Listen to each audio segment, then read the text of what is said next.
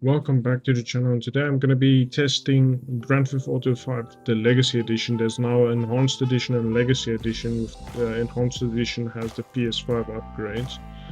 I'm going to be testing it on an i7 2600K. I think it's like 2011 CPU, so that's about 14 years ago. So it's a very old system. It's overclocked to 4.4 gigahertz. And it's a 4-core 8-thread CPU running on a DP67BG, which is an Intel motherboard, and let me tell you, this motherboard has a lot of issues. So if you ever run across an Intel motherboard and you want to use it for old system, don't get the other motherboard, because this motherboard specifically has issues pertaining to GPU support and legacy VBIOS support and stuff. Okay, and as for RAM, it's 32 gigabytes DDR3, so that's the memory. Yeah, it's just more verification on the GPU. It's a Alpida GDDR5 memory, 4 gigs, well, 3.5, however you want to debate that situation. And it's running in PCI Express 2.0 16x. So that's how it's running at this point, and I have a slight overclock on it with a power limit boost to 125, plus 40 on the core and 60 on the memory. Reason being, just a little bit won't hurt, especially in these days. Now, as for the rig details, we have Windows 11 Pro version 10 point whatever this number is. I think it's like 24H2, this Windows 11, with the game ready driver 572.060 released this year. So it's quite amazing they still support the GTX 970 as with drivers. I do think they will not be supporting it for very long, but it's amazing that it's still supported. Now, as for the monitor, we have a 1440 by 900p, so it's a 900p monitor. And I'll be using some scaling techniques to get the 1080p resolution in GTA 5. So let's just jump into and see how well the legacy version works. And then I'm going to jump to the enhanced version and see if it's still usable on this old system. Okay, now remember, you need to disable Spectre and Meltdown patches, and that's only if you want extra performance or aren't concerned about local security on this side. And you will gain a little bit performance here. I think maybe 10 to 20% depending on the situation. Another thing is to go into your NVIDIA settings if you use NVIDIA, and disable this NVIDIA overlay and game filters and photo mode. This will also give you an extra 10-20% performance. So you're talking about between 20 and 40% extra performance in this situation. So I do think it's important to just state this as well, especially for old systems. Okay, so we are in Grand Theft Auto now, the Legacy Edition, and as you can see, I've got advanced graphics all off except frame scaling at 1.5. The reason being, it is at 720p, but it's gonna run at 1080p with a 1.5 scale. Now, as you can see, we have got MSAA 8x, VSync off, and then population density max, population variety max, distance scaling max, everything else on very high or ultra if it can go to ultra, MSAA reflections 8x, and yeah, tessellation very high. Everything is basically on its max. But at advanced graphics, I'm not extending these because this is getting heavy on the CPU. Now, one thing you need to know is I'm recording locally on the system, so this means recording actually has an impact on performance as well. I will, however, at the end of the video show numbers without the recording, so you can see FPS. So let's just jump in here. This is around 40 FPS on max settings. It is maxing out the GPU almost. But I do think it's CPU limited due to me recording. But it's still playable, and this isn't a 14-year-old CPU, mind you.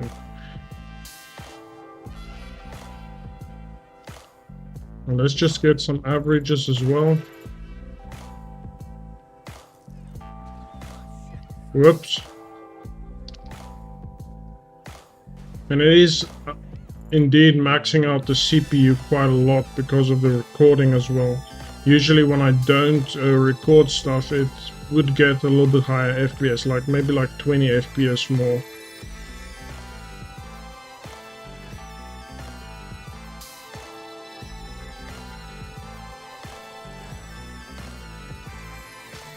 Okay, that's it for this. Let's jump to lower GPU settings, just so we can get a more accurate gauge on the CPU, what's actually limiting it here. I'm gonna reduce the MSA to 2x. And I'm gonna try and turn off some settings a little bit, just so we can get a gauge on performance, what's limiting it. I do think we can change this without restarting. Yes. Reflections, high. MSA 4. Let's do Tessellation on high. Okay, let's jump back into the game. As you can see, we're almost getting 60 FPS now. And we're definitely not GPU limited anymore. As you can see, it's only using around 80% of the GPU, 70 to 80%. So now it's purely CPU limited due to the recording. Wow, always hard to drive between pedestrians, especially here.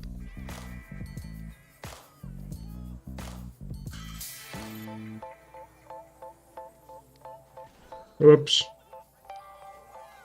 Okay, so that's it for basically this performance here.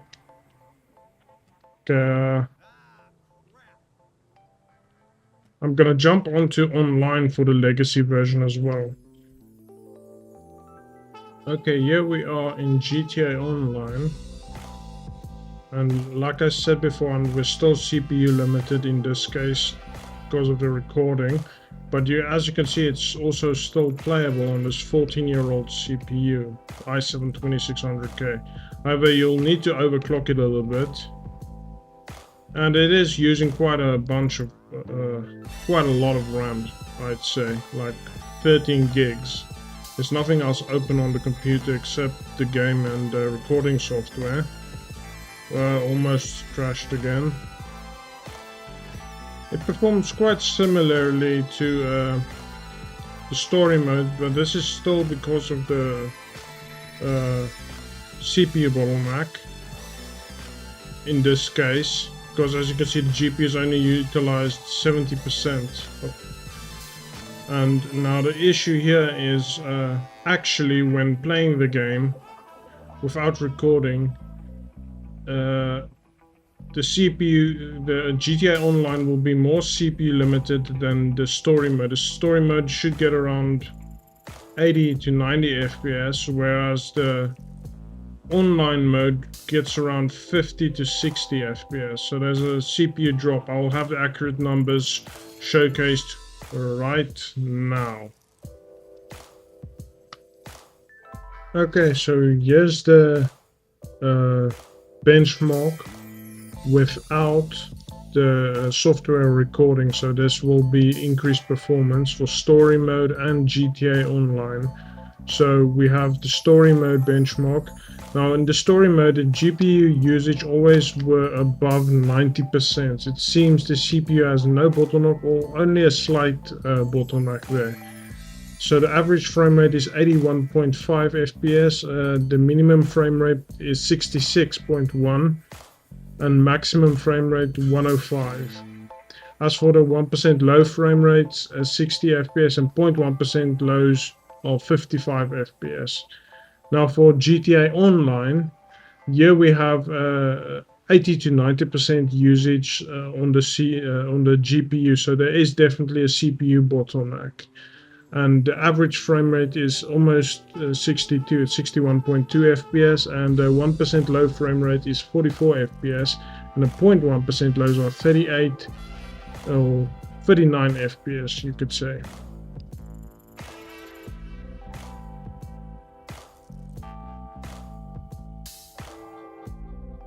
Okay, so now we're in GTA Enhanced Edition, GTA 5 Enhanced Edition. Here we are in the settings, and now you can see we have an issue where the GTX 970 on the highest settings, this is at 720p, runs out of VRAM, so that's a new issue. So I just said ignore suggested limits and see how it's going to do as well. So I'm running 720p at this time.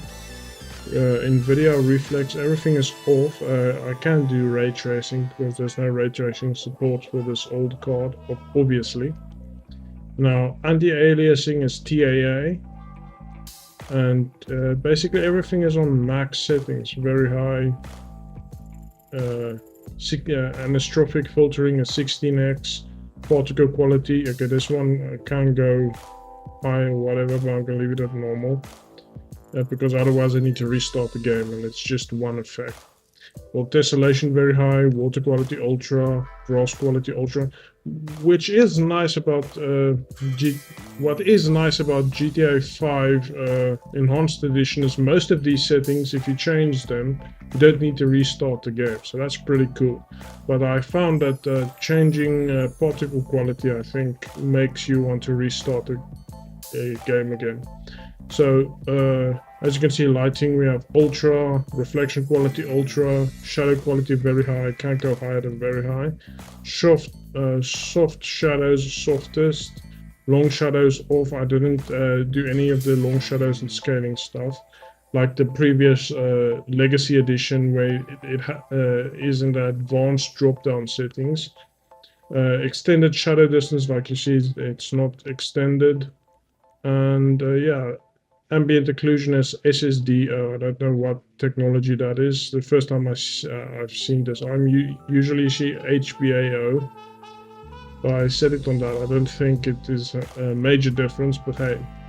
There's a population density, population variety, and distance scaling is all on max. High detail streaming when flying is on. No extended distance scaling. Now, what I want to do is just get us on 1080p frame scaling. There we go. Sampling, we're gonna go 1.5 times 720p. That should be 1080p resolution.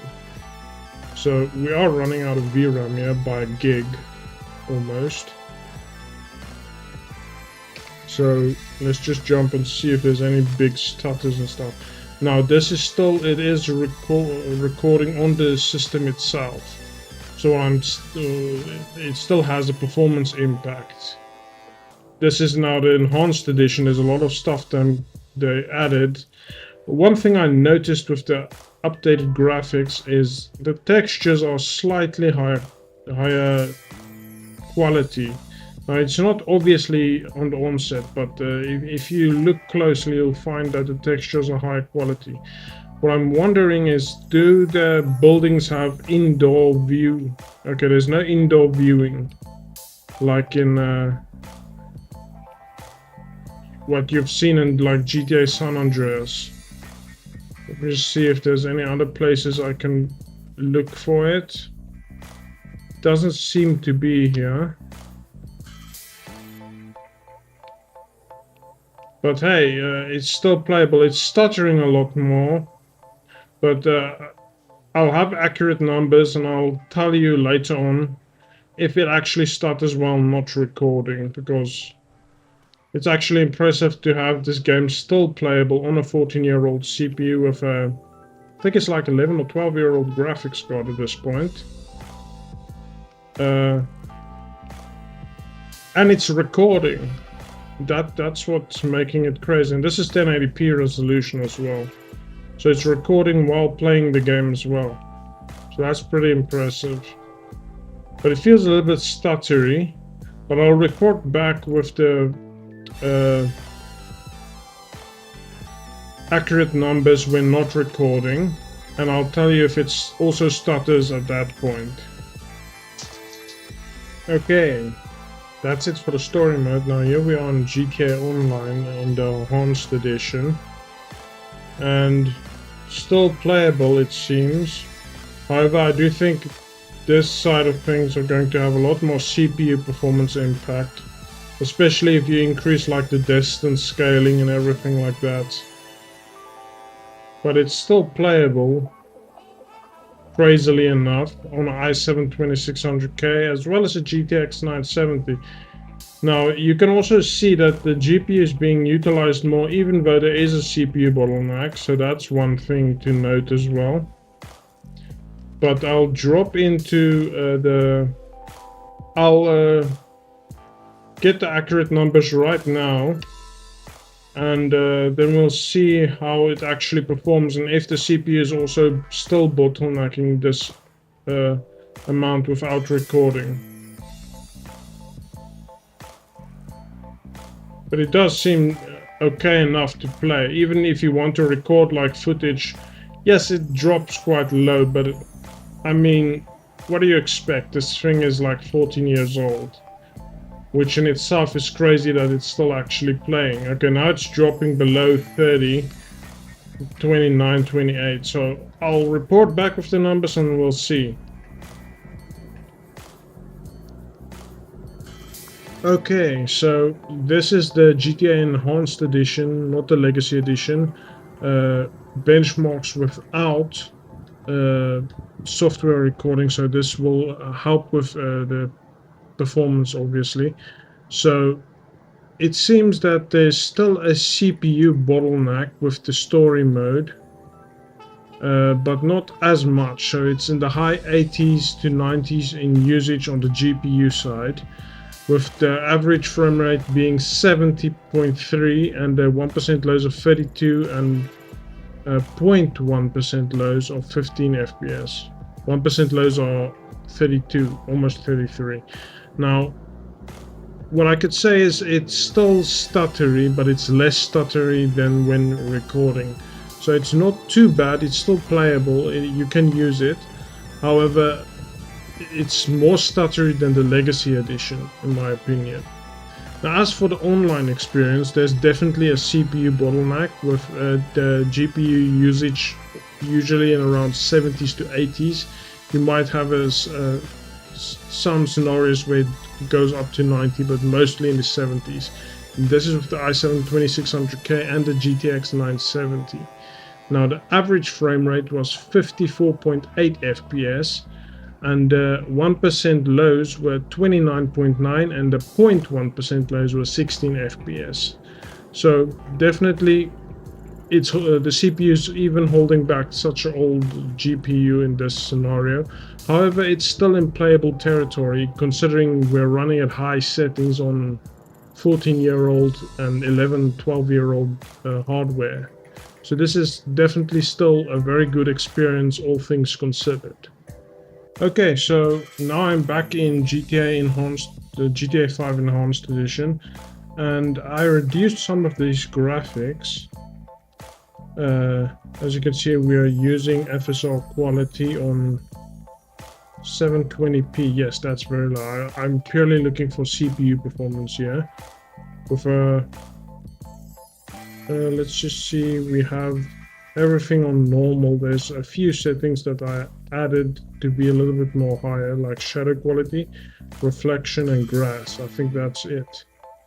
So the rest is default minimum settings. So we can see a CPU bottlenecked scenario where the GPU is bottlenecked by the CPU.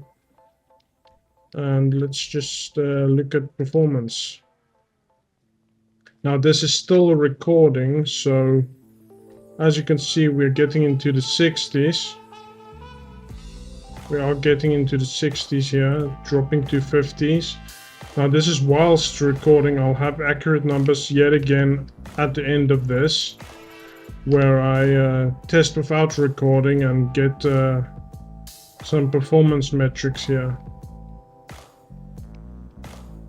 Because you'd be amazed how much impact recording a video on such an old system has. It has a very big impact sometimes.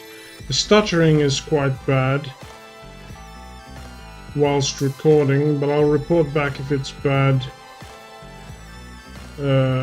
after testing it without recording. And this is of course the story mode.